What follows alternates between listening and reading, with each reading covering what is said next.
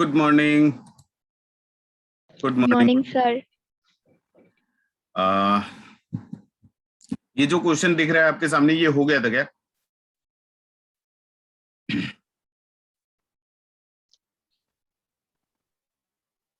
जल्दी बता दो।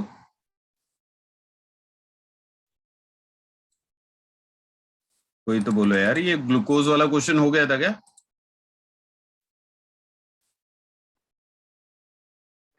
हाँ सर। ओके।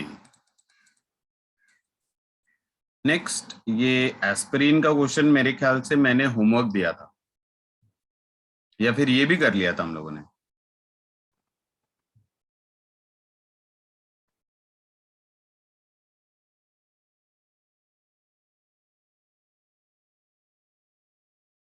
अरे कोई तो बोलो।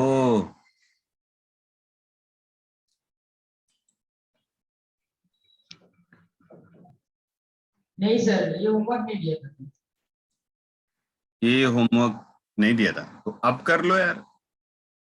Okay sir. एक बार अटेम्प्ट करिए इस क्वेश्चन को। अगर आपको क्वेश्चन नहीं समझ में आता है तो आप क्वेश्चन पूछ सकते हैं, मैं एक्सप्लेन कर दूंगा। फिर अपना दिमाग लगाइए एक बार सॉल्व करने में।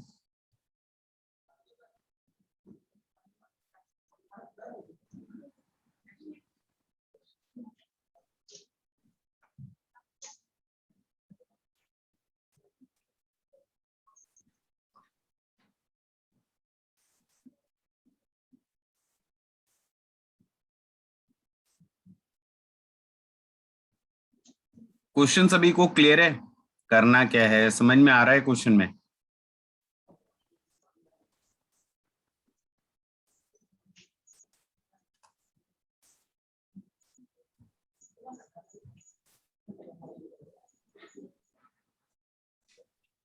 जल्दी बोल दो भाई, क्वेश्चन सभी को क्लियर है या क्वेश्चन भी एक्सप्लेन करना पड़ेगा? एक्सप्लेन कर दीजिए सर। ओके। देखिए, यहाँ पे क्या बोल रहे हैं। अच्छा, ये जो हम लोग पेन किलर खाते हैं ना, डिस्प्रिन की जो दवा खाते हैं या फिर ब्रुफेन, ये जितना टैबलेट खाते हैं उसमें जो पेन किलर वाला मॉलिक्यूल होता है दैट इज एस्पिरिन। वो क्या होता है? एस्पिरिन होता है। यहाँ पे मॉलिक्यूलर फॉर्मूला आपको दिया हुआ है। बोल रहे हैं कि हमारे पास एक टैबलेट है जिसे हम अभी खाने वाले हैं। इस टैबलेट का मास कितना है? 360 मिलीग्राम। इस टैबलेट का मास कितना है? 360 मिलीग्राम। बोल रहे हैं कि ये जो टैबलेट है, इस टैबलेट में आप ऑक्सीजन का नंबर ऑफ एटम बता दो। नंबर ऑफ ऑक्सीजन एटम इस टैबलेट में। 360 मिलीग्राम का ये एस्पिरिन का टैबलेट है, उसमें आपको नंबर ऑफ ऑक्सीजन एटम बताना है। बस इतना ही है। एक बार अपना दिमाग लगाओ। नहीं, अगर इसके बाद भी नहीं समझ में आता है कि कैसे स्टार्ट करना है तो बोल देना एटलीस्ट, मैं धीरे धीरे हिंट देना शुरू करूंगा।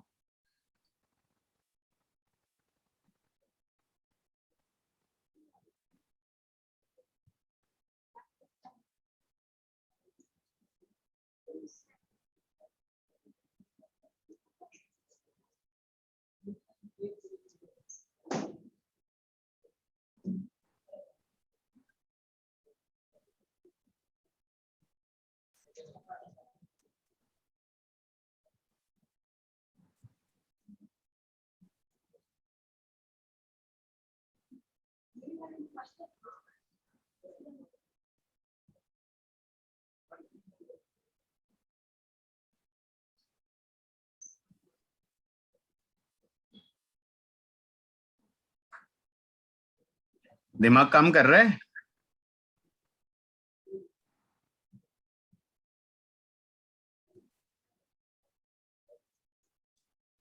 अरे भाई, फिर से कोई ना बोल रहा है।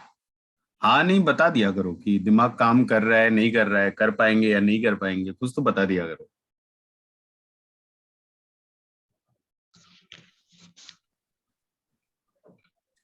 अच्छा, अपनी इज्जत बचा रहे हो कि अगर बोल दिया कि नहीं दिमाग काम नहीं कर रहा है तो इज्जत चली जाएगी, ऐसा है क्या?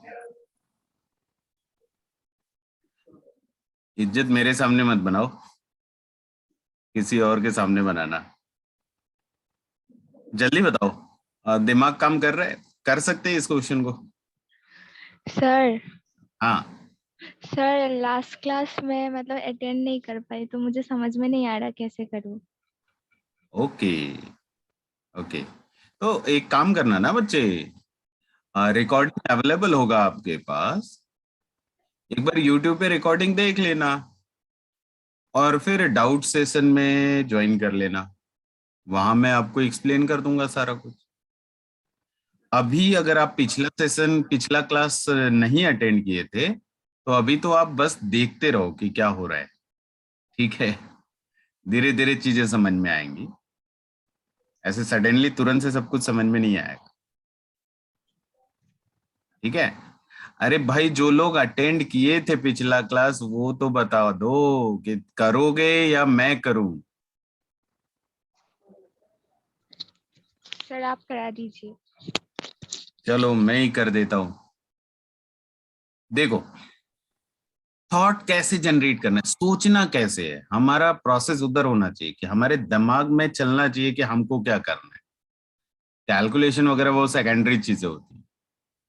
अब सोचो कि अगर मुझे एस्पिरिन का ये मॉलिक्यूल दिया हुआ है और हमसे ये पूछा जा रहा है कि इस एस्पिरिन के 360 मिलीग्राम के टैबलेट में ऑक्सीजन एटम हमसे पूछा जा रहा है। सबसे पहला, ये जो एस्पिरिन का मॉलिक्यूल है, इसके एक मॉलिक्यूल में कितने ऑक्सीजन एटम है, जरा बताओ तो आप। 4। 4 ऑक्सीजन एटम है, ये तो दिखाई दे रहा है भाई, देखो ऑक्सीजन के आगे 4 लिखा हुआ है, तो एक मॉलिक्यूल में कितने ऑक्सीजन एटम है? 4। तो अगर मैं आपसे आपको ये बता दूं कि ये जो टैबलेट लिया है आपने 360 मिलीग्राम का, मान लो मान लो इस टैबलेट में 10 मॉलिक्यूल है, किसके? एस्पिरिन के। एटम बता सकते हैं क्या?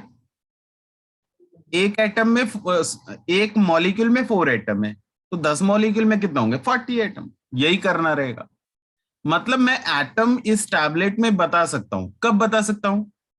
अगर मुझे ये पता चल जाए कि इस टैबलेट में मॉलिक्यूल कितने। अच्छा, मतलब एस्पिरिन का अगर मुझे मॉलिक्यूल मिल जाए तो मेरा क्वेश्चन सॉल्व हो जाए। अब मॉलिक्यूल कैसे ढूंढे?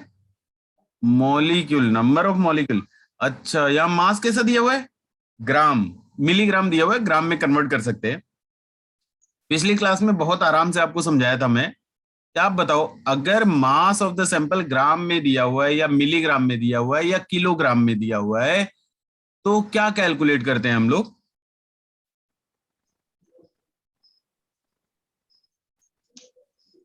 जल्दी बोलो।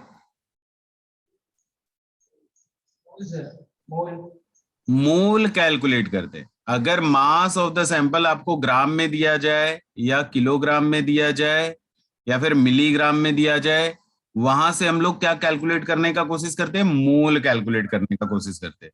अब देखो, मैं अपना दिमाग में सोचते रहो कि हमको दिया मास, तो पहले मैं कैलकुलेट करूंगा मोल, और एटम जानने के लिए हमको चाहिए नंबर ऑफ मॉलिक्यूल। अब सोचो जरा, अगर आपको एस्पिरिन का नंबर ऑफ मोल मालूम है तो एस्पिरिन का नंबर ऑफ मॉलिक्यूल बता सकते हैं क्या? हाँ भाई, बता सकते हैं। 1 मोल में कितना मॉलिक्यूल होता है? एनी मॉलिक्यूल, एवोगैड्रो नंबर के बराबर मॉलिक्यूल होता है। तो हमें जितना भी मोल मिलेगा उसमें हम मॉलिक्यूल कैलकुलेट कर लेंगे। एक बार मॉलिक्यूल मिल गया तो एटम मिल गया। बस ये चीज अपने दिमाग में चलनी चाहिए। अगर इतना चल गया दिमाग में तो आगे तो सॉल्व कर ही लेंगे हम, ठीक है? आगे सॉल्व करने में तकलीफ नहीं है। अब देखो सॉल्व कैसे करना है। सबसे पहले क्या करना था? मास ऑफ द सैंपल दिया मिलीग्राम में, तो एक चीज तो मालूम रहना चाहिए, 1 मिलीग्राम इज इक्वल टू 10⁻³ ग्राम, ये होता है। Now what I am saying is कि मुझे अगर मोल कैलकुलेट करना है तो मोल कैलकुलेट करने के लिए फॉर्मूला हम लोगों ने देखा था, एंड फॉर्मूला क्या था? मास of the sample in gram divided by molar mass, ये हम लोगों ने देखा था। तो यहां पे मास कितना है? 360 मिलीग्राम। मिलीग्राम को कन्वर्ट करना है ग्राम में, तो 360 इंटू 10⁻³ कर दो। ये मास ऑफ द सैंपल मिल गया आपको ग्राम में। अब आपको क्या चाहिए? मोलर मास चाहिए। मोलर मास के लिए चलो हम पहले यहाँ पे मॉलिक्यूलर मास कैलकुलेट कर लेते हैं। कार्बन एटॉमिक मास कितना होता है? 12। कितना कार्बन एटम है? 9। हाइड्रोजन एटॉमिक मास कितना होता है? 1। कितना हाइड्रोजन एटम है? 8 प्लस ऑक्सीजन एटॉमिक मास कितना होता है? 16। कितना ऑक्सीजन एटम है? 4। टोटल ऐड करके कितना मिलता है? आप टोटल काउंट, टोटल ऐड करके मिलता है 180। तो अगर मुझसे पूछा जाए कि मॉलिक्यूलर मास कितना है, तो मॉलिक्यूलर मास मैं बोलता 180 AMU। अगर मुझसे पूछा जाता मोलर मास कितना है, तो मैं क्या बोलता? 180 ग्राम पर मोल। तो भाई चलो हमको पता चल गया कि मोलर मास कितना है, 180 ग्राम पर मोल। तो इसको जब भी डिवाइड करूंगा, ग्राम ग्राम कैंसिल हो जाएगा, 180 360 2 टाइम कैंसिल होगा। क्या मिल गया हमको? 2 इंटू 10⁻³ मोल मिल गया हमको। ठीक है, इतना मोल मिल गया। ये मोल किसका मिला? ये मोल मिला एस्पिरिन का। क्यों? क्योंकि मोलर मास मैंने एस्पिरिन का यूज किया हुआ है, और जो सैंपल का मास दिया हुआ है वो भी एस्पिरिन का है। मोल किसका मिलेगा? एस्पिरिन का मिलेगा। नेक्स्ट मैं क्या बोल रहा हूं कि 1 mole equal to Na molecule होता है, ये हमने सीखा हुआ है। ये हमने सीखा हुआ है कि 1 मोल में कितना मॉलिक्यूल होता है? Na मॉलिक्यूल होता है। हमारे पास कितना है?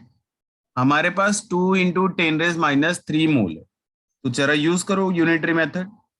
2 इंटू 10⁻³ मोल अगर मेरे पास होता तो मॉलिक्यूल कितना हो जाता? 2 इंटू 10⁻³ इंटू Na। ये मॉलिक्यूल आपको मिल जाता। तो अब तो समझ में आ गया ना कि भाई जब मॉलिक्यूल भी हमको मिल ही चुका है तो एटम तो कैलकुलेट कर ही लूंगा, क्योंकि आपने पहले ही बताया था कि 1 मॉलिक्यूल में कितना एटम होता है? 1 मॉलिक्यूल में 4 ऑक्सीजन एटम है, और ध्यान रहे हमको ऑक्सीजन एटम ही कैलकुलेट करना है। हमारे पास कितना मॉलिक्यूल है? हमारे पास है 2 इंटू 10⁻³ इंटू Na मॉलिक्यूल है। तो एटम कितना मिल जाएगा? 2 इंटू 10⁻³ इंटू Na इंटू 4। और ये सॉल्व करके कितना मिलेगा? 8 इंटू 10⁻³ इंटू Na। अब Na का वैल्यू रखते रहेंगे, सॉल्व करते रहेंगे, मल्टीप्लाई करते रहेंगे। यही आंसर है। क्लियर है सभी को?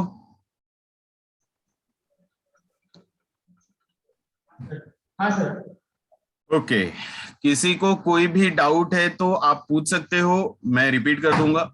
अगर डाउट नहीं है तो फिर आगे चला जाए। नहीं, किसी को कोई डाउट नहीं है? अरे हाँ नहीं बोल दिया करो यार, अच्छा लगता है सुन करके। हाँ सर। ओके चलो फिर। अच्छा एक एक चीज बता देना मुझे, मैंने पिछली क्लास में ऐसा क्वेश्चन कराया था क्या कि H2SO4 में आपको number of hydrogen atom, number of sulphur atom, number of oxygen atom, number of electron, number of proton, number of neutron, ये सब कैलकुलेट करने के लिए दिया था क्या? ओके, तो फिर एक क्वेश्चन एक्स्ट्रा करेंगे, रुको। एक क्वेश्चन मैं लिख रहा हूं, इसको एक बार आप अटेम्प्ट करो।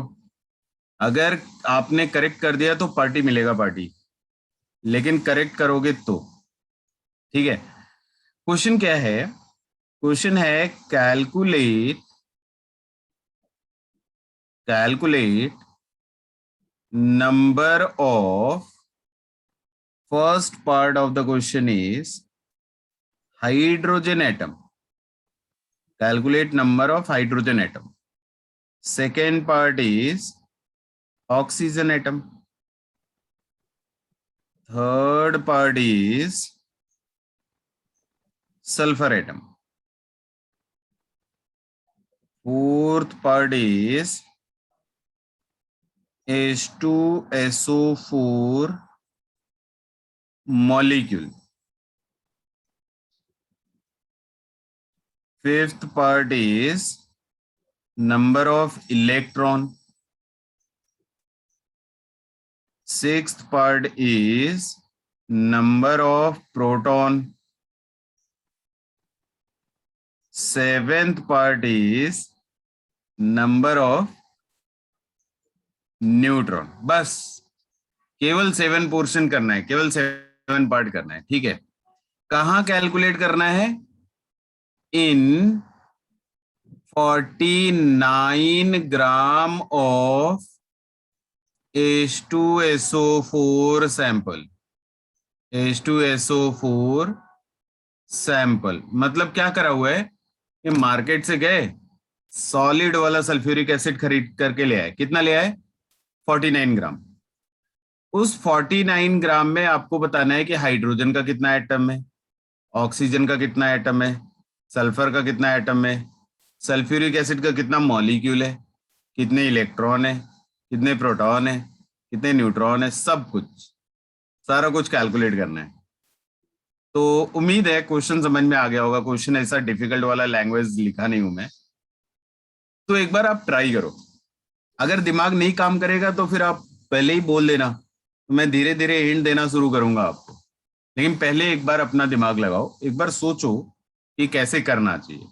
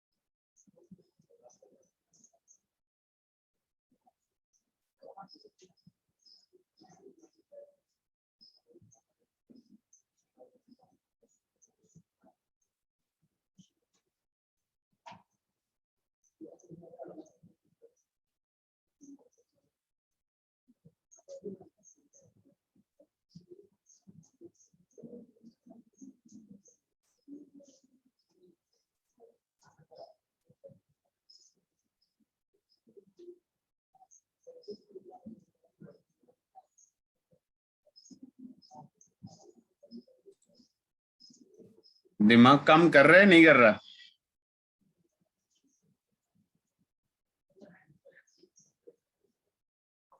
अरे कुछ बता नहीं दिया कर रहे, भाई। हाँ, नहीं हो रहा है सर। नहीं हो रहा है। अच्छा, चलो हिंट देना शुरू करता हूँ। सबसे पहले आप क्या करोगे मुझे ये बताओ।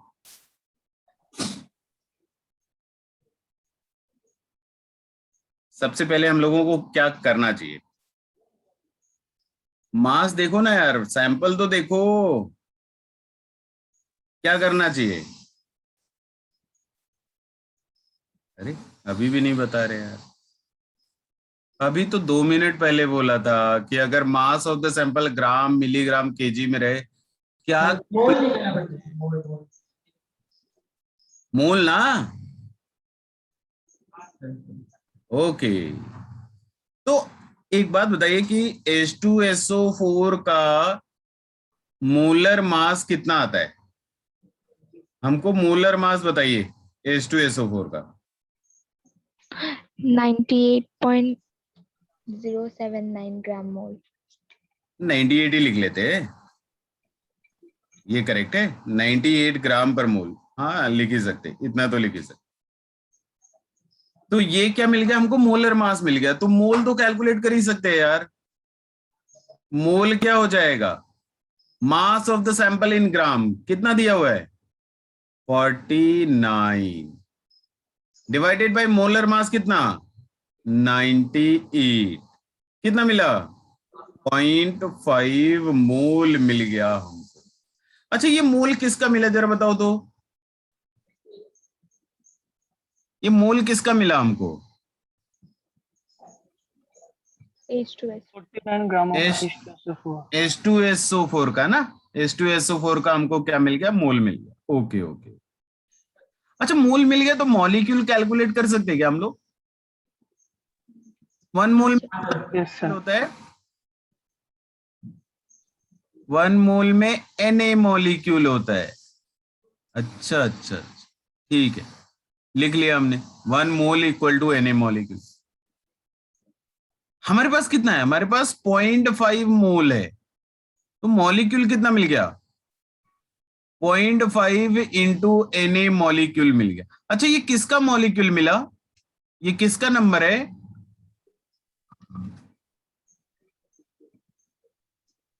H2SO4 का molecule। H2SO4 का। H2SO4 का। बच्चे यही तो आंसर है आपका फोर्थ पार्ट का, यही तो पूछे थे आपसे कि आप H2SO4 का नंबर ऑफ मॉलिक्यूल बताओ। ये देखो, ये रहा, मिल गया, फोर्थ पार्ट का आंसर हो गया। जरूरी थोड़ी कि फर्स्ट पार्ट वाला ही पहले आए, हमारा फोर्थ पार्ट वाला पहले आ गया। ठीक है, अब एक बात बताओ कि H2SO4 का अगर 1 मॉलिक्यूल ले आते तो हाइड्रोजन का कितना एटम होता, जरा बताओ तो।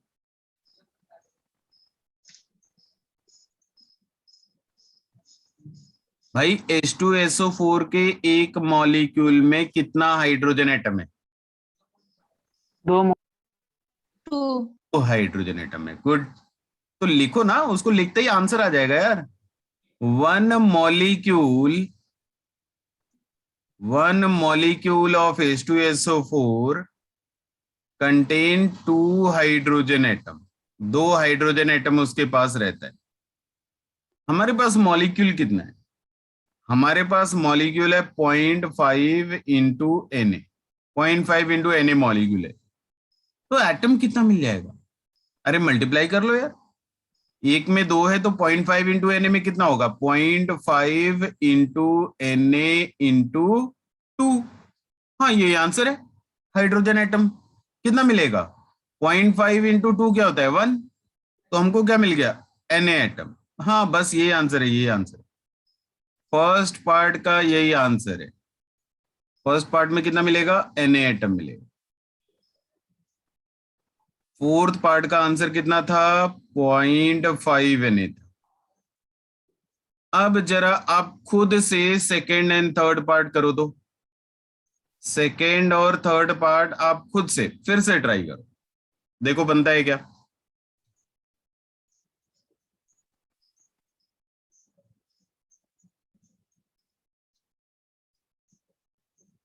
सर सेकंड पार्ट का आंसर 2Na है, 2Na एटम। सेकेंड पार्ट का आंसर 2Na, करेक्ट है, करेक्ट है। और sir third part Na/2 atom. Third part का Na/2, वो भी करेक्ट है। सबको मिला क्या? सेकेंड पार्ट का आंसर आएगा 2Na एंड थर्ड पार्ट का 0.5 Na। अगर किसी को भी डाउट है तो आप पूछ सकते हो, अगर डाउट नहीं है तो अच्छी बात है।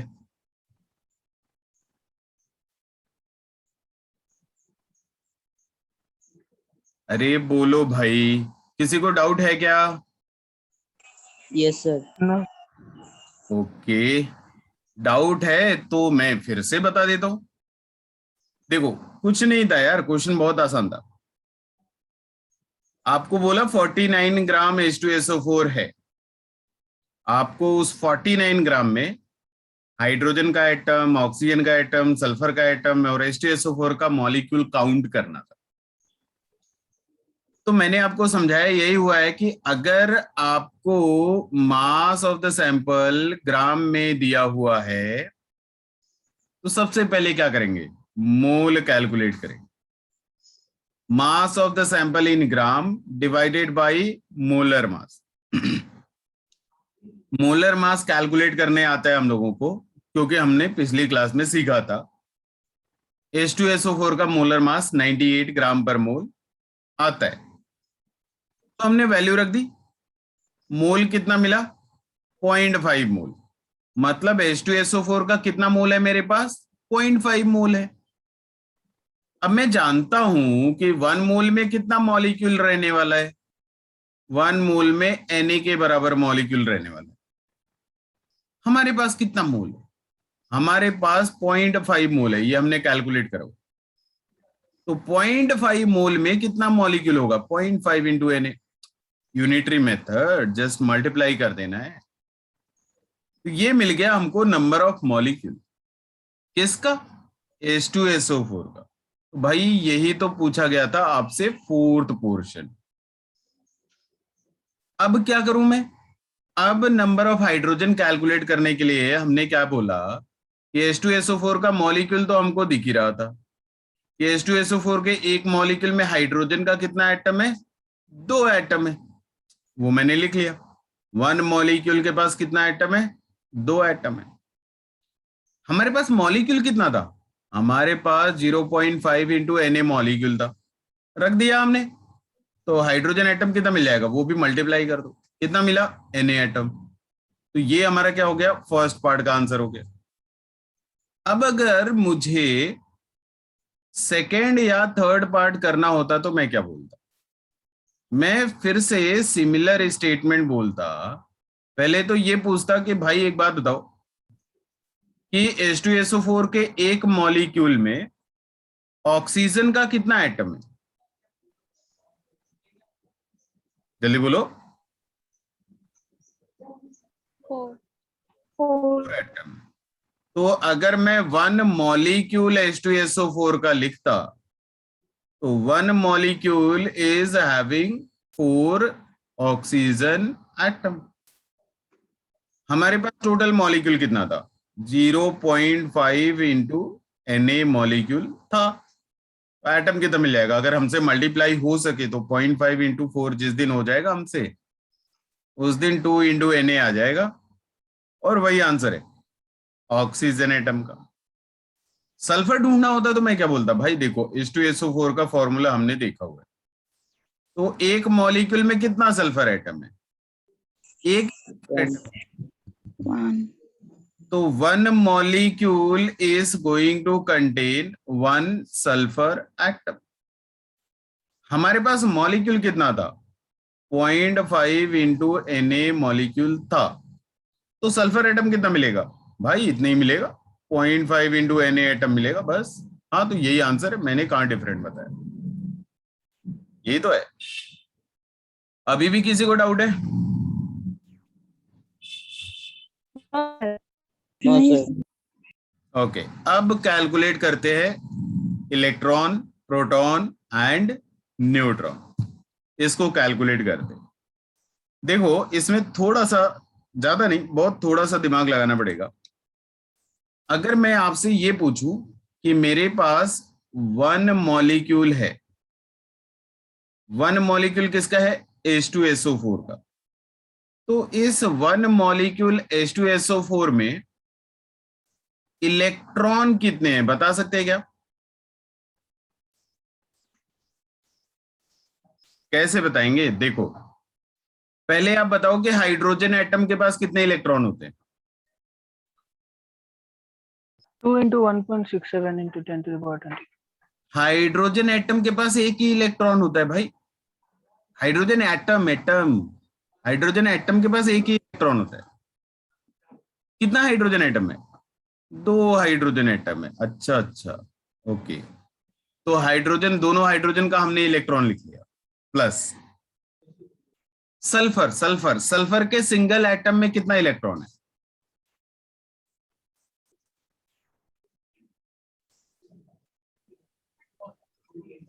सल्फर एटॉमिक नंबर कितना होता है बच्चे? 16। कितने इलेक्ट्रॉन होते हैं? 16। सल्फर कितना है? एक ही सल्फर है, एक ही। ऑक्सीजन के एटम के पास कितने इलेक्ट्रॉन है? 8। कितना ऑक्सीजन एटम है? 4। टोटल कितना आएगा? 50। टोटल 50 इलेक्ट्रॉन है। ठीक है, तो मैं ऐसा तो बोल ही सकता हूं ना कि एक चीज तो पक्की बात है कि 1 मॉलिक्यूल अगर मैं H2SO4 का ले आता, तो 1 मॉलिक्यूल H2SO4 के पास 50 इलेक्ट्रॉन है। हमारे पास कितना मॉलिक्यूल था? हमारे पास था 0.5 इंटू Na मॉलिक्यूल था। तो कितना इलेक्ट्रॉन होगा? 0.5 इंटू Na इंटू 50 इलेक्ट्रॉन होगा। अच्छा, सिंप्लीफाई करेंगे कितना आएगा?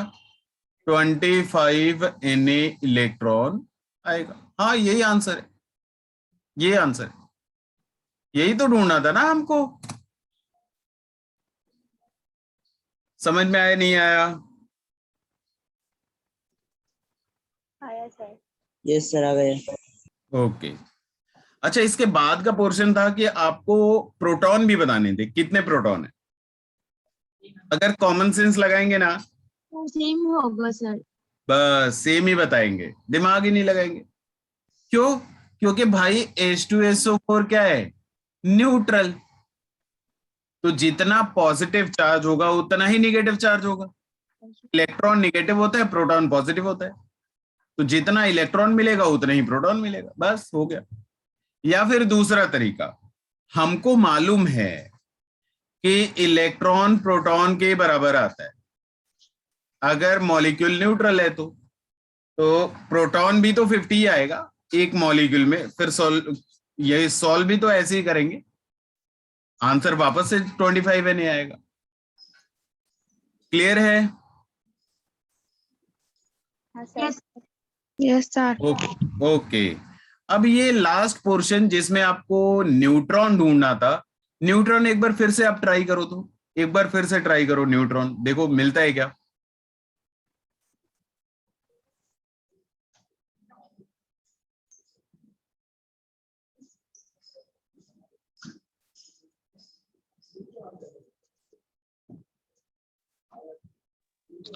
सर न्यूट्रॉन प्रोटॉन्स और इलेक्ट्रॉन का सम अप करेंगे क्या? नहीं नहीं, केवल न्यूट्रॉन ढूंढना था यार। न्यूट्रॉन कैसे ढूंढे? जैसे इलेक्ट्रॉन ढूंढा ना, वैसे ही न्यूट्रॉन ढूंढेंगे। इतना हिंट बहुत। सर न्यूट्रॉन भी सर सेम आएगा लगता है। नहीं, सेम तो नहीं आएगा। प्रोसेस यही रहेगा लेकिन सेम नहीं आएगा। अब आप ट्राई करो एक बार।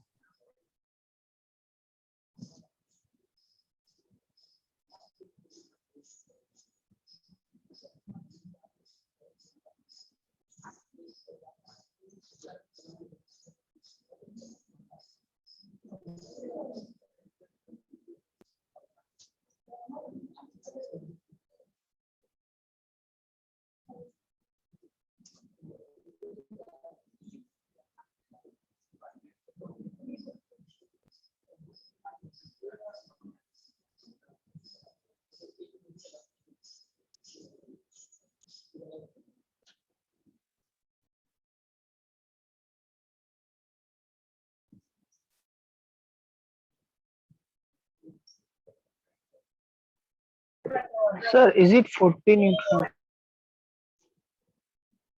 बता रहे क्या या 14?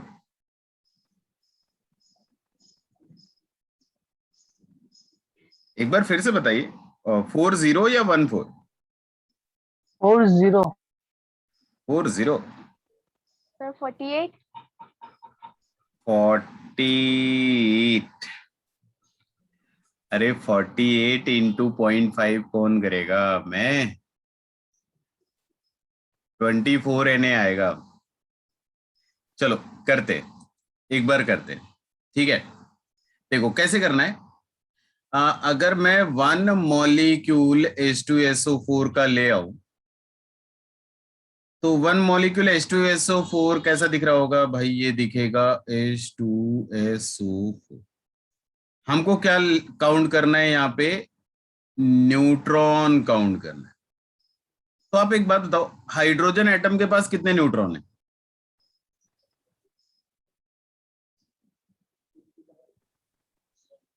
हाइड्रोजन एटम के पास कितने no neutron? Neutron, no neutron. 0। No. कितने हाइड्रोजन एटम है? 2। लो लिख लिया। सल्फर के पास कितने न्यूट्रॉन है? 14. धोखा हो गया ना? 16। 16। बच्चे sulphur atomic number 16, mass number 32। Mass number क्या होता है? Proton plus neutron. Atomic number क्या होता है? प्रोटॉन। तो न्यूट्रॉन चाहिए तो क्या करूंगा? ये 32 माइनस प्रोटॉन। प्रोटॉन कितना है? 16। तो 32 माइनस 16 कितना होता है? 16। सल्फर के पास 16 प्रोटॉन, सॉरी न्यूट्रॉन है। नेक्स्ट, ऑक्सीजन के पास कितने न्यूट्रॉन है? 7 न्यूट्रॉन। 8 है बच्चे, 8। Oxygen atomic number 8, mass number 16। Mass number क्या हो जाएगा? Proton plus neutron. फिर से ये हमारा क्या है? प्रोटॉन। तो न्यूट्रॉन क्या हो जाएगा? 16 माइनस प्रोटॉन। प्रोटॉन कितना है? 8। 16 माइनस 8 कितना? 8। एक ऑक्सीजन के पास 8 न्यूट्रॉन है।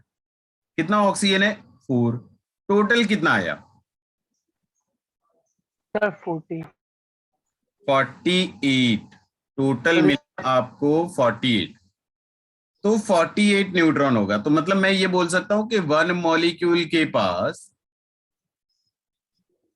1 मॉलिक्यूल इज हैविंग 48 न्यूट्रॉन। हमने मॉलिक्यूल पहले से कैलकुलेट करा हुआ है। कितना? 0.5 इंटू Na मॉलिक्यूल है, तो न्यूट्रॉन कितना मिल जाएगा? 0.5 इंटू Na इंटू 48 कितना मिलता है? 24 Na न्यूट्रॉन मिलता है। हाँ, तो यही आंसर है, यही मिलेगा। किसी को कोई डाउट? No, sir. ओके, तो फिर नेक्स्ट क्वेश्चन जरा करिए आप लोग। ये तो एस्पिरिन तो कर ही लिया हम लोगों ने। हीमोग्लोबिन करिए, एक बार ट्राई करिए ये क्वेश्चन।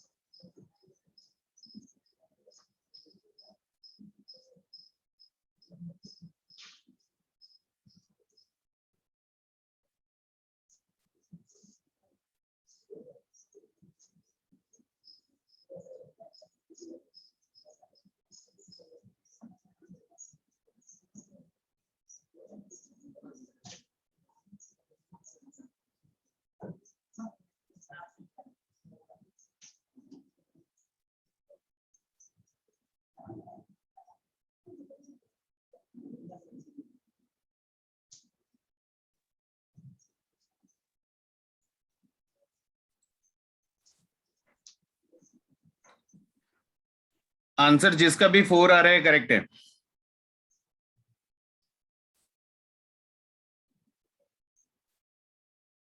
नफीसा करेक्ट है, 4 करेक्ट है। और कोई बताएगा? वैसे ना इसका आंसर आपको याद रहना चाहिए डॉक्टर लोग, इसका आंसर आपको याद रहना चाहिए। क्यों याद रहना चाहिए? अरे बायो में पढ़ते हैं हम लोग, हीमोग्लोबिन के एक मॉलिक्यूल में कितना आयरन एटम होता है? नहीं, किसी को याद है? सॉल्व करके नहीं, किसी को याद है कि 4 होता है? No sir. नहीं याद है तो याद रख लो यार, कि बायो में हम लोग पढ़ते हैं कि हीमोग्लोबिन का एक single molecule is containing 4 iron atom, पूछा भी जाता है एग्जाम में, तो ये याद भी रखेंगे। अब करना कैसे? देखो, क्वेश्चन ये बोल रहे हैं कि मेरे पास एक हीमोग्लोबिन का मॉलिक्यूल है, ये रहा मॉलिक्यूल मान लो, ठीक है, हाँ ये मॉलिक्यूल है। अब ये एक मॉलिक्यूल का मास कितना है? 89600 AMU, ये एक सिंगल मॉलिक्यूल का मास। फिर बोले कि इस मॉलिक्यूल में 0.25% क्या है? आयरन है। ठीक है, जो भी मास दिया हुआ है इसका अगर हम लोग 0.25% कैलकुलेट कर लेते हैं तो वो आयरन का मास होगा। ये हमको दिया हुआ है, क्वेश्चन में दिया हुआ है, यही बोला हुआ है, haemoglobin contain 0.25% iron by mass, the molecular mass of haemoglobin is 89600, ये हमको दिया हुआ है। फिर हमसे पूछे कि ये जो एक सिंगल मॉलिक्यूल है हीमोग्लोबिन का, इसमें नंबर ऑफ आयरन एटम कितने हैं, Fe एटम कितने हैं, ये हमसे पूछा जा रहा है, यही कैलकुलेट करने के लिए बोला जा रहा है। तो मैं कैलकुलेट कैसे करूं? ये हमको एक मॉलिक्यूल का मास दिया हुआ है, बोला इसका 0.25% पहले कैलकुलेट करो। कैलकुलेट करूंगा तो क्या मिलेगा? मास ऑफ आयरन मिल जाएगा। अच्छा, तो पहले वही लिख लेते हैं, mass of iron in one molecule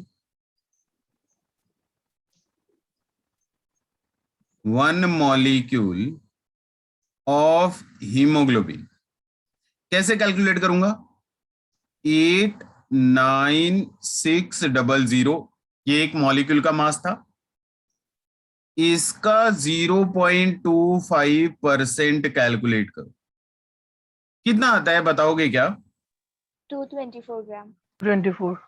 224 AMU ना बच्चे, हमने एक मॉलिक्यूल लिया हुआ है तो यहाँ पे AMU चल रहा था यूनिट, तो AMU आएगा।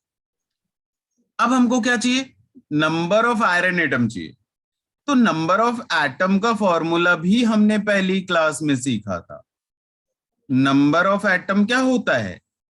Mass of sample mass of sample किस में, AMU में, डिवाइडेड बाय एटॉमिक मास। ये फॉर्मूला सीखा था। तो मास ऑफ द सैंपल AMU में पहले से मालूम है कितना, 224। एटॉमिक मास किसका, आयरन का, क्योंकि नंबर ऑफ एटम किसका चाहिए, आयरन। आयरन का एटॉमिक मास कितना दिया हुआ है क्वेश्चन में, 56। कितना मिलता है, 4। बस ये आंसर है, ये आंसर है। किसी को डाउट? ओके, चलो अच्छी बात है, कोई डाउट नहीं है। थोड़ा सा एक दो क्वेश्चन और करेंगे, उसके बाद आज कुछ नया स्टार्ट करेंगे। रिएक्शन वाला जो प्रॉब्लम आता है एग्जाम में, वैसा क्वेश्चन स्टार्ट करेंगे, वैसा कॉन्सेप्ट सीखना स्टार्ट करेंगे। तो पहले एक दो क्वेश्चन और कर लेते हैं। ये आपके पास सामने एक और क्वेश्चन है, इसको भी आप एक बार ट्राई करिए।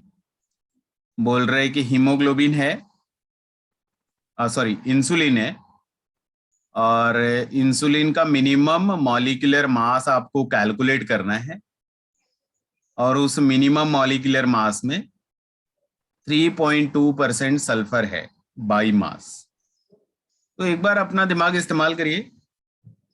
अगर क्वेश्चन समझ में नहीं आता है तो वो मैं एक्सप्लेन कर दूंगा, बट एक बार आप अटेम्प्ट करिए।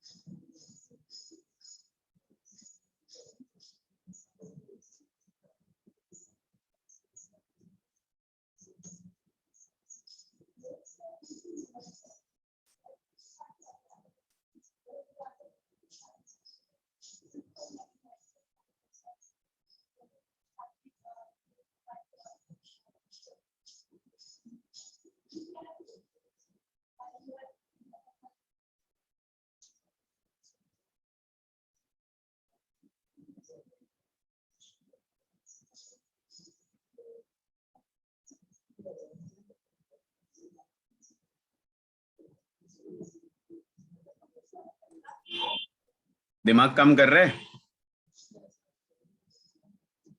940 अप्रोक्स। अप्रोक्स करने का जरूरत नहीं आएगा, वैसे एग्जैक्ट आंसर आता है, और बहुत आसान सा कैलकुलेशन बनता है, बहुत आसान सा।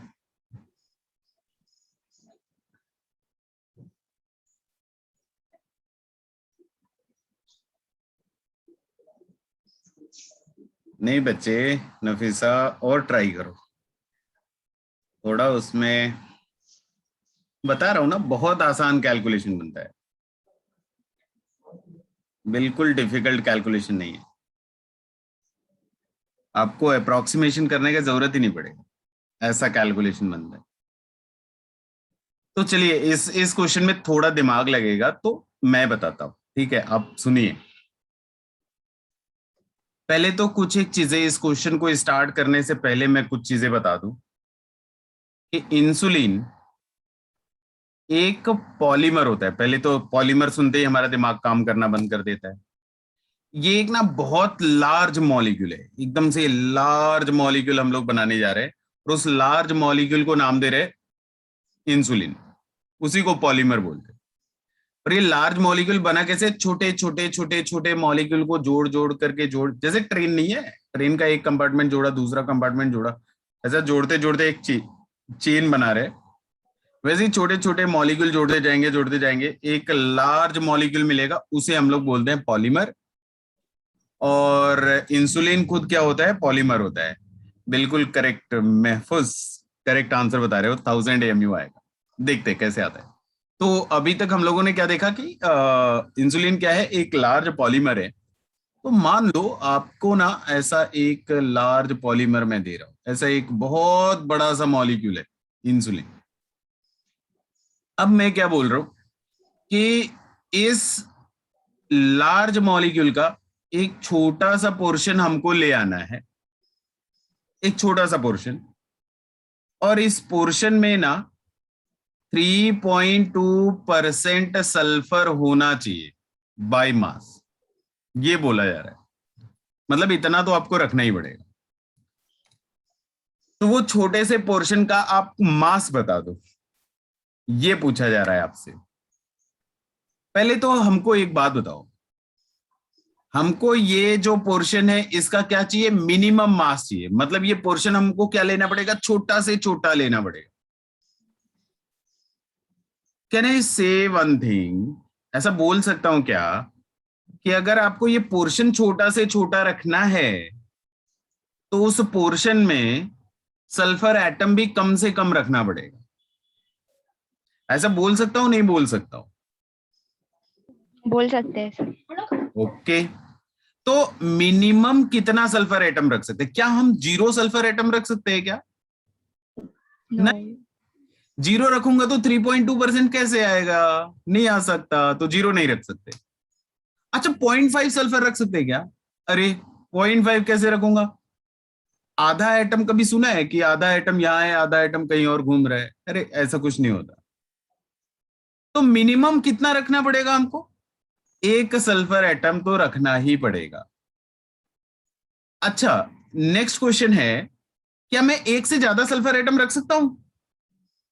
हाँ, रख सकता हूं, लेकिन अगर आपने 1 से ज्यादा सल्फर एटम इस छोटे से पोर्शन में लिया तो वो मिनिमम मास, मिनिमम मॉलिक्यूलर मास नहीं होगा। आपको मिनिमम चाहिए तो आपको क्या करना पड़ेगा, कम से कम सल्फर एटम रखना पड़ेगा। और कम से कम कितना रख सकते हैं? 1, उससे कम आप नहीं रख सकते।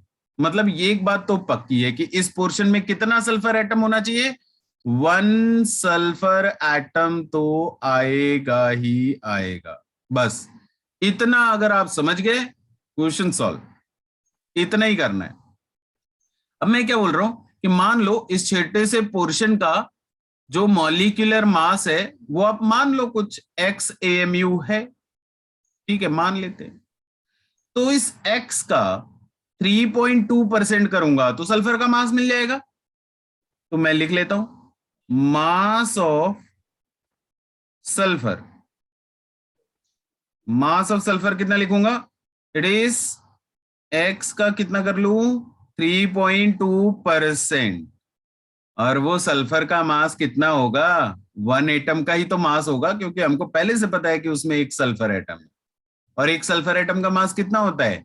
32 AMU। बस हो गया, एक्स ही तो चाहिए था हमको, हमको एक्स ही तो चाहिए था।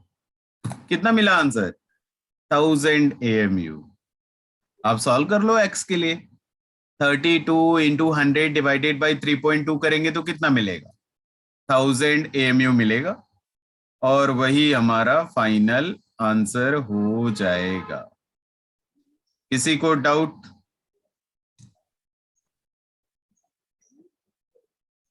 बोलो बच्चे। सर लास्ट पार्ट में 1000 AMU कैसे हुआ? इसको सॉल्व करेंगे ना हम लोग। देखो आप इसको सॉल्व करेंगे, ये जो हमको दिया हुआ है यहां से x कैलकुलेट करना है। तो जब भी x कैलकुलेट करेंगे तो क्या मिलेगा? 32 इंटू 100 डिवाइडेड बाई 3.2, तो 10 से मल्टीप्लाई कर दो। 10 इंटू 10, ये क्या हो गया? ये 32 हो गया। 32 इंटू 32 क्या हो जाएगा? कैंसिल हो जाएगा। 100 इंटू 10 क्या हो जाएगा? 1000 हो जाएगा। समझ गए? हाँ सर। ओके, और कोई डाउट किसी को?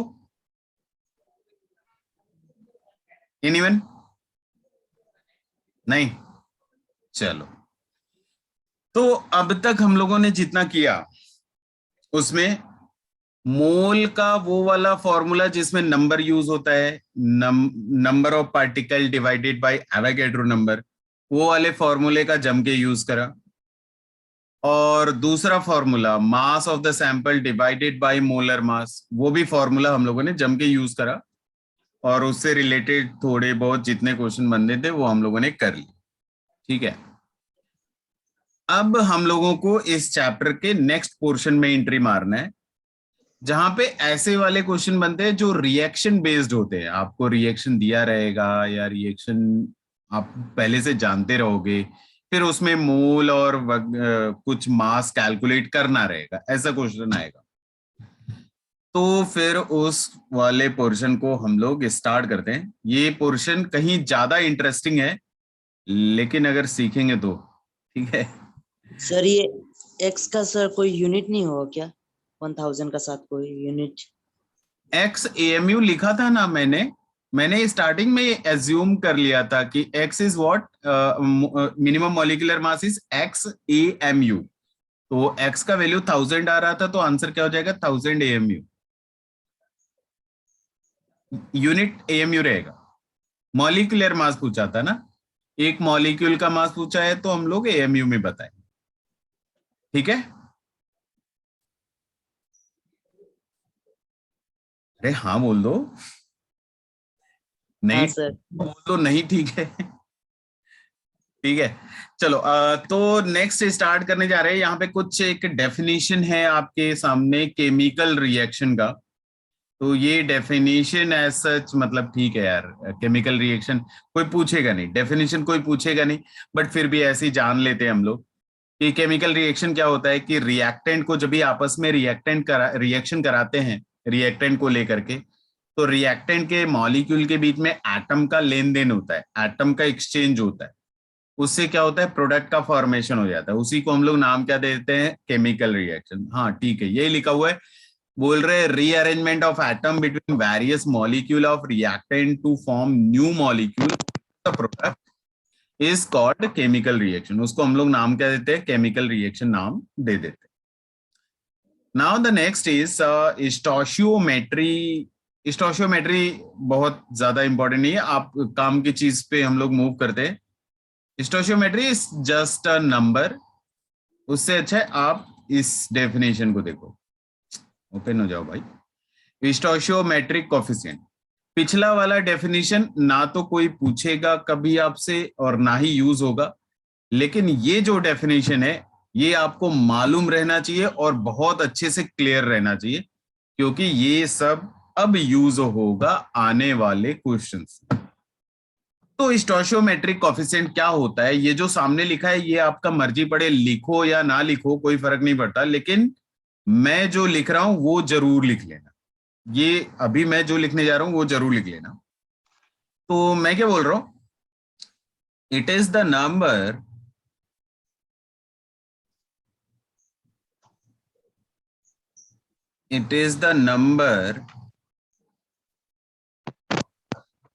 written before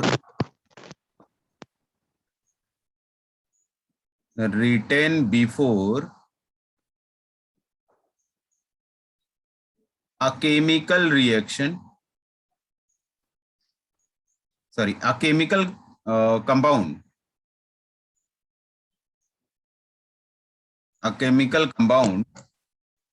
in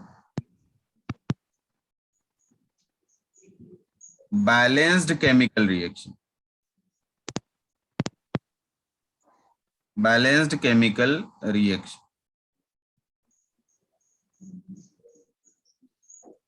तो मैं क्या बोल रहा हूं कि एक केमिकल रिएक्शन लिखते हैं जो बैलेंस रहेगा, तो चलो लिख लेते हैं। N2 plus 3H2 is giving 2NH3। क्या ये रिएक्शन बैलेंस है क्या?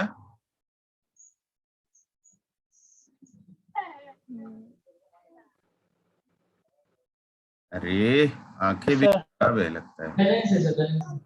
ओके, तो डेफिनेशन लिख लीजिए और ये एग्जाम्पल भी कॉपी कर लीजिए एंड देन उसके बाद सुनना शुरू करिए। रिएक्शन बैलेंस है, ये जो 2 लिखा हुआ है ये अमोनिया से पहले लिखा हुआ है, तो मैं क्या बोलूंगा कि ये जो 2 है, 2 is the stoichiometric coefficient of ammonia. 3 is the stoichiometric coefficient of hydrogen and 1 कुछ नहीं लिखा है, मतलब क्या है, 1 है. 1 is the stoichiometric coefficient of nitrogen. ऊपर लाइन में यही लिखा हुआ है, डेफिनेशन में यही बोला हुआ है मैंने. It is the number written before a chemical compound in balanced chemical reaction. आप रिएक्शन बैलेंस कर दो, बैलेंस करने के बाद केमिकल कंपाउंड से पहले जो नंबर लिखा हुआ है वही नंबर क्या होता है, स्टोइचियोमेट्रिक कोएफिशिएंट होता है. ये डेफिनेशन क्लियर है सभी को?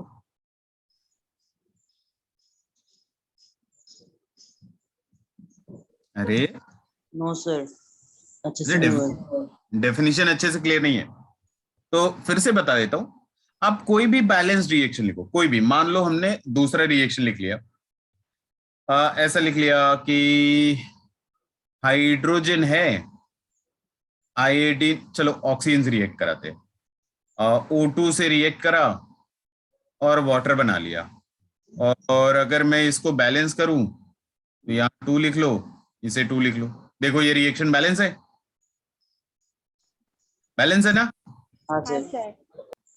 तो बैलेंस रिएक्शन में ये वाटर से पहले जो नंबर दिख रहा है 2 दिख रहा है ना, तो मैं क्या बोलूंगा, वाटर का स्टोइचियोमेट्रिक कोएफिशिएंट क्या होगा, 2 होगा. हाइड्रोजन का स्टोइचियोमेट्रिक कोएफिशिएंट क्या होगा, 2 होगा.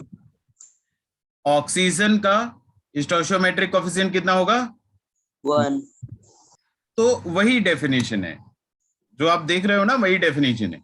रिएक्शन बैलेंस करो, बैलेंस रिएक्शन में केमिकल कंपाउंड से पहले जो नंबर लिखा जा रहा है वही नंबर आपका स्टोइचियोमेट्रिक कोएफिशिएंट होता है उस कंपाउंड का.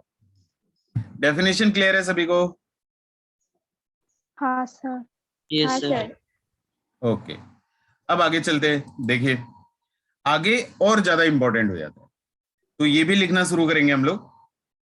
Physical significance, physical significance of stoichiometric coefficient, stoichiometric coefficient. तो फिजिकल सिग्निफिकेंस समझने के लिए एक मैं बोल रहा हूं, फिर उसके बाद एक छोटा सा क्वेश्चन पूछूंगा. लाइन ये बोल रहा हूं, it represent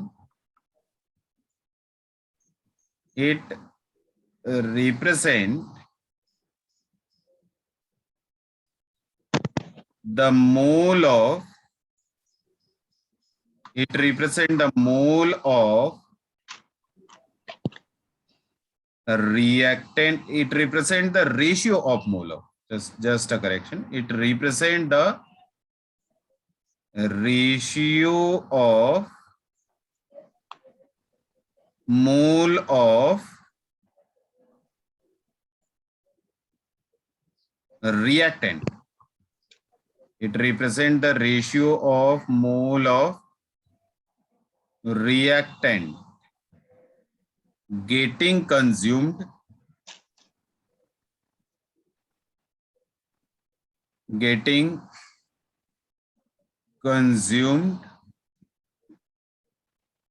and also the ratio of amount of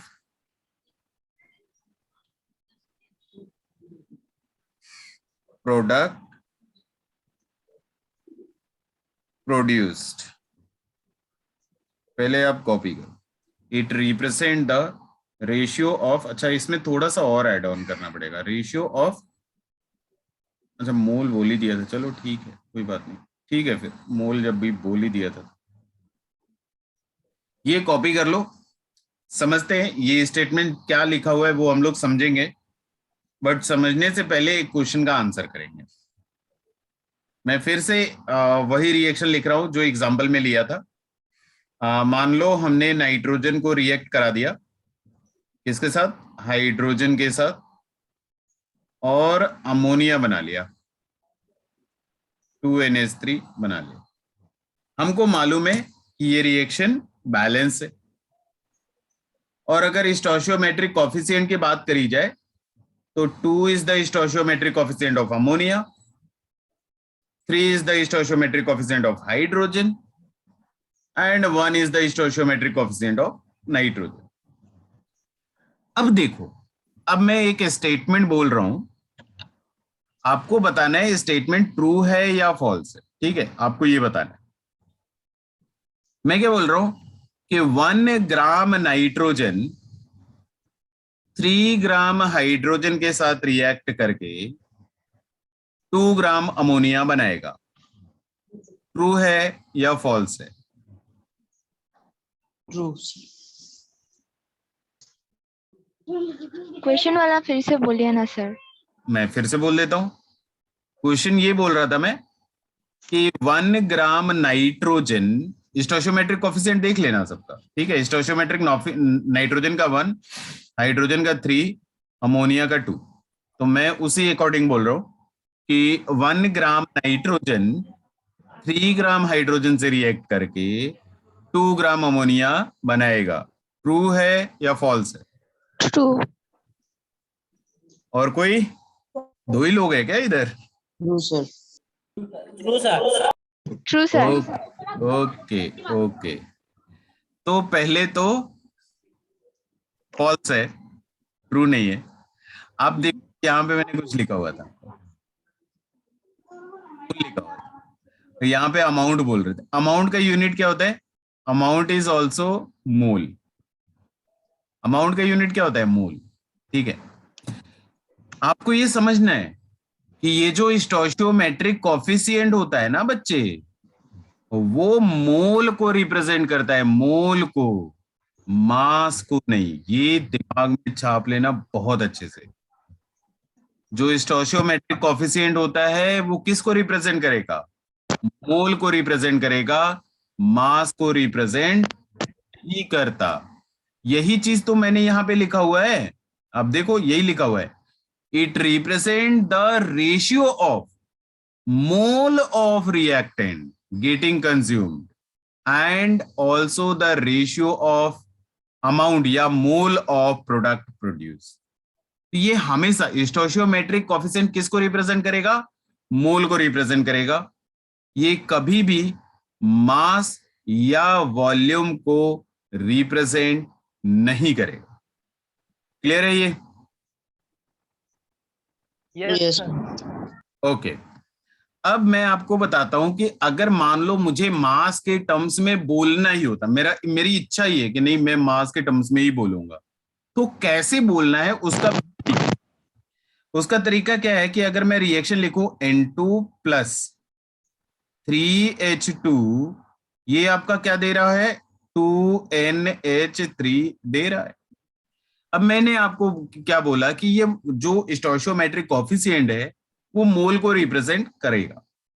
तो मैं ये कह सकता हूं कि 1 मोल नाइट्रोजन 3 मोल हाइड्रोजन के साथ रिएक्ट करके 2 मोल अमोनिया बनाएगा।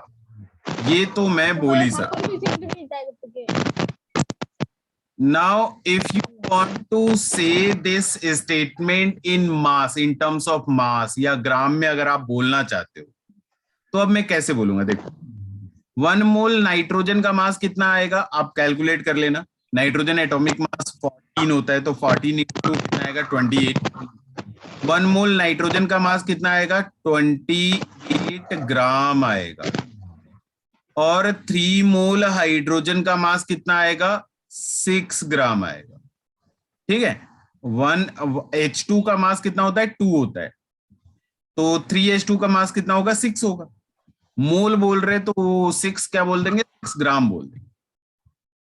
1 मोल अमोनिया का मास, NH3 का मास कितना आता है? 17। कैसे? नाइट्रोजन 14, हाइड्रोजन 1 इंटू 3, तो 14 प्लस 3 क्या होता है? 17। 1 NH3 का मास कितना? 17, तो 2 NH3 का मास कितना होगा? 34। तो 34 यहाँ पे क्या लिखा हुआ है मोल, तो मैं यहाँ पे क्या लिख लूंगा 34 ग्राम। तो अब अगर मुझे ग्राम में बोलना होता था तो मैं क्या बोलता 28 ग्राम नाइट्रोजन 6 ग्राम हाइड्रोजन से रिएक्ट करके 34 ग्राम अमोनिया बनाएगा। अब ये करेक्ट है, अब ये करेक्ट है। लेकिन ये जो नंबर लिखा हुआ था ये क्या रेशियो इंडिकेट करता है, ये केवल और केवल मोल को इंडिकेट करता है, मास को इंडिकेट नहीं करता। ये बात समझ में आया सभी को? Yes sir. ओके, तो एक छोटा सा क्वेश्चन करते हैं, ठीक है, थोड़ा जगते हैं, एक छोटा सा क्वेश्चन करते हैं, फिर अभी आगे और भी डेफिनेशन है, लेकिन पहले एक छोटा सा क्वेश्चन कर लेते हैं। मान लो हमने सल्फर डाइऑक्साइड को रिएक्ट कराया किसके साथ, O2 के साथ, और प्रोडक्ट बना लिया सल्फर ट्राई ऑक्साइड। बैलेंस कर लेते हैं, चलो यहाँ 2 लिख लेते हैं, यहाँ 2 लिख लेते हैं। अभी देखो आप चेक कर लो रिएक्शन बैलेंस। तो स्टोइचियोमेट्रिक कोफिशिएंट अगर बोला जाए तो SO3 का स्टोइचियोमेट्रिक कोफिशिएंट 2, ऑक्सीजन का 1 एंड SO2 का भी स्टोइचियोमेट्रिक कोफिशिएंट कितना है, 2 है। अब मैं ये बोल रहा हूं कि अगर मैं कुछ आपको मॉलिक्यूलर मास भी बता दूं, मान लो आपको अगर बताऊं तो SO2 का जो मॉलिक्यूलर मास आएगा दैट इज 64 AMU। अगर मॉलिक्यूलर मास मैं बोलूं तो, मोलर मास बोलना होगा तो 64 ग्राम बोल दूंगा। O2 का मॉलिक्यूलर मास कितना आएगा, 32 AMU आएगा, आप चेक कर सकते। SO3 का मॉलिक्यूलर मास कितना आएगा, 80 आएगा, ये भी आप चेक कर सकते हो। सल्फर 16 है, ऑक्सीजन सॉरी सल्फर 32 है, ऑक्सीजन 16 है, 32 प्लस 16 इंटू 3 आप चेक कर लो, 80 आता है। तो ये तीनों मॉलिक्यूल के आपको मॉलिक्यूलर मास मैंने दे दिए। अब मैंने आपसे क्वेश्चन पूछना शुरू कि मान लो हम जब रिएक्शन स्टार्ट कराएंगे, हम रिएक्शन कैसे कराएंगे, मैं कंटेनर ले आए, ठीक है, ये कंटेनर में मुझे रिएक्शन कराना है, ये डब्बे में मुझे रिएक्शन कराना है, ये बीकर में मुझे रिएक्शन कराना है।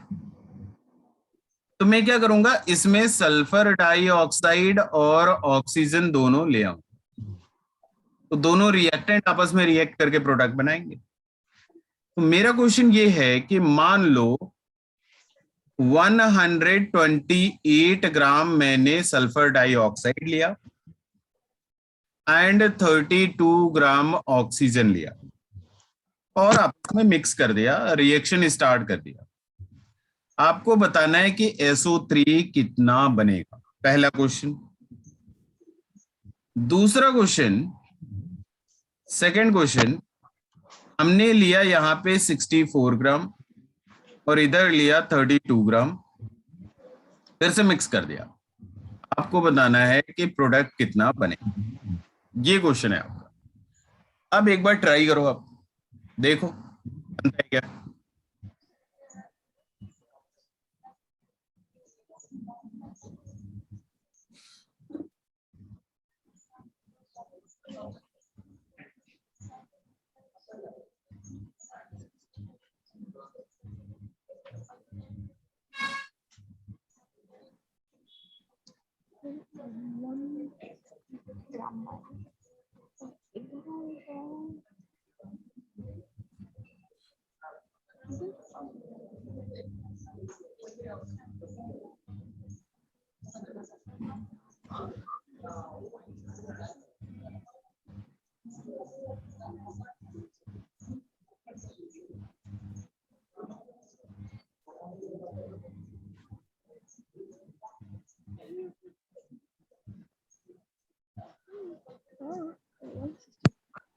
कोई बताएगा?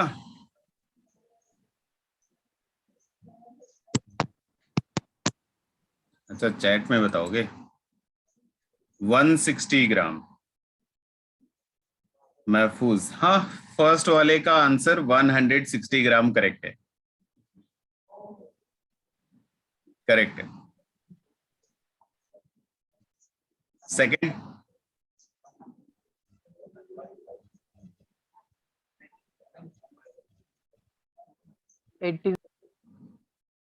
सेकंड में 80,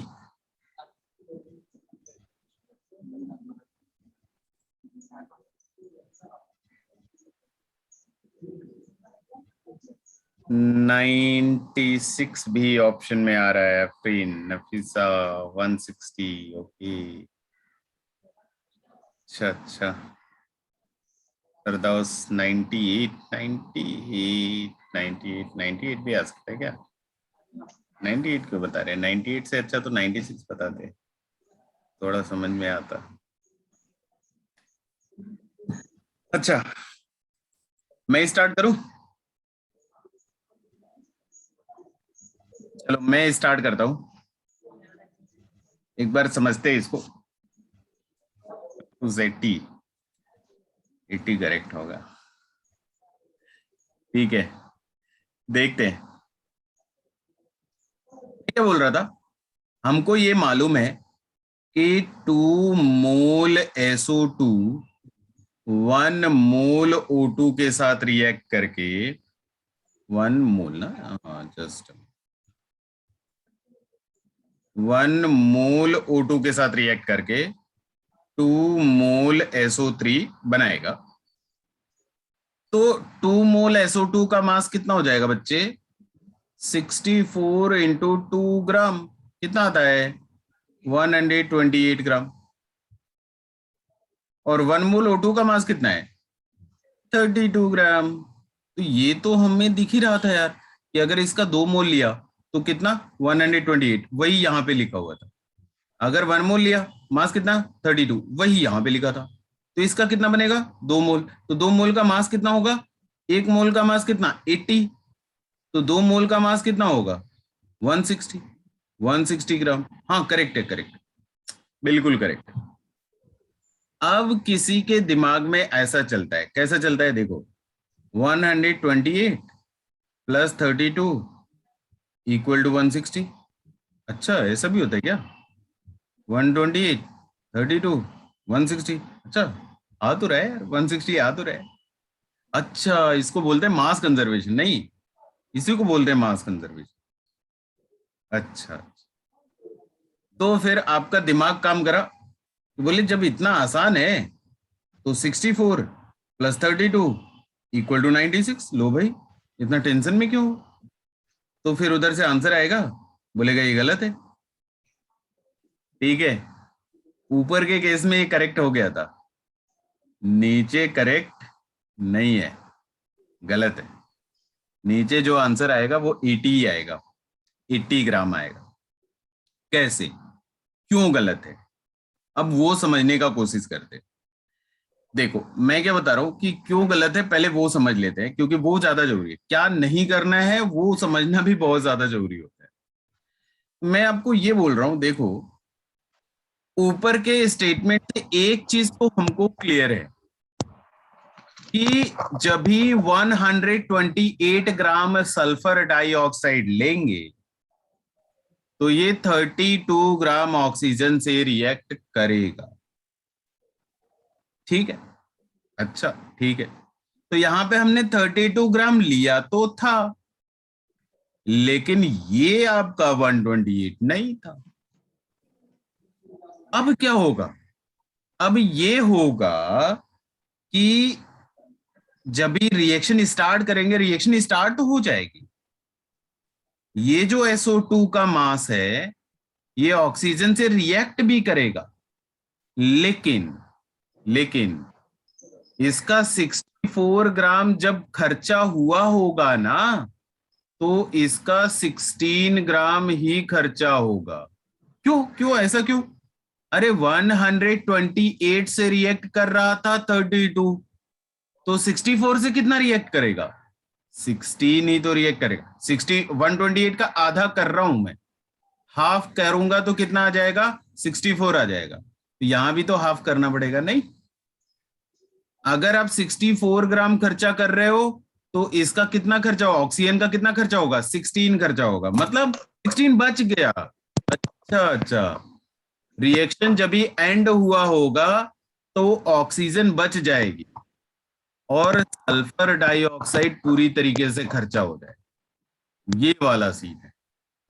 अच्छा, ऐसे केस में आप डायरेक्टली अगर ऐड सब्ट्रैक्ट कर रहे हो तो आपको डायरेक्टली तो आंसर नहीं मिलेगा, ये पक्की बात। अब उसमें थोड़े से खेल होंगे, थोड़े से कमाल होंगे, वो हम लोग देखेंगे। आपको थोड़ा सा हिंट दे देता हूं कि वो रिएक्टेंट जो पहले खर्चा हो चुका है, देखो आप इसमें, इस केस में क्या हुआ, सल्फर डाइऑक्साइड पहले ही पूरा खर्चा हो, तो सल्फर डाइऑक्साइड अगर पहले ही खर्चा हो गया, जो रिएक्टेंट पहले खर्चा हो जाता है उसको हम लोग एक नाम देते हैं। क्या नाम देते हैं? लिमिटिंग रिएजेंट या लिमिटिंग रिएक्टेंट। और वो रिएक्टेंट जो रिएक्शन के एंड में बच जाए, पूरा खर्चा ही नहीं हुआ, उसको क्या बोलते हैं? एक्सेस रिएजेंट या एक्सेस रिएक्टेंट। और ऐसे केस में कभी भी आपका answer add subtract, directly add subtract करके नहीं आएगा, उसमें थोड़ी सी दिमाग लगी जाएगी। तो नेक्स्ट 5 मिनट है, और उस 5 मिनट में मैं आपको लिमिटिंग रिएजेंट और एक्सेस रिएजेंट पूरा एक्सप्लेन नहीं कर पाऊंगा। तो थोड़ा सा ये ऐसा होता नहीं है कि सीरियल में एक ट्विस्ट आता है, एक बहुत खतरनाक सा पॉइंट, एक खतरनाक सा इंसिडेंट, और अचानक से म्यूजिक बज करके सीरियल एंड हो जाता है। तो बस यहीं पे एंड। ठीक है, अगली क्लास में हम लोग समझेंगे कि लिमिटिंग रिएजेंट, एक्सेस रिएजेंट क्या होता है और उसको कैसे यूज करना है प्रॉब्लम सॉल्विंग में, उसको हम लोग अगली क्लास में देखेंगे। ठीक है? अरे हाँ बोलो। हाँ हाँ सर। हाँ सर। हाँ सर। चलो ठीक है, फिर आज यहीं स्टॉप करते हैं, मिलते हैं अगली class. Sir thank you bye. Sir. Question दे। क्वेश्चन आपका, अच्छा डीपीपी का क्वेश्चन बोल रहे हैं। डीपीपी में एक्चुअली हमने फॉर्मेट, जैसे हम जो फॉर्मेट देते हैं ना, तो वो मेरा पर्सनल फॉर्मेट हो जाता है, तो वो उसमें विजन का लोगो वोगो लगाने के लिए मैंने दिया हुआ है। तो प्रोबेबली आज या कल में लोगो लग जाएगा, फिर मैं आपको दे, ठीक है? तो बस वही इंतजार कर रहा हूँ कि लोगो लग जाए, फिर मैं आपको दे देता हूँ। ओके। तो चलिए आज आप यही स्टॉप कर, bye thank bye. You sir. Have a good day sir.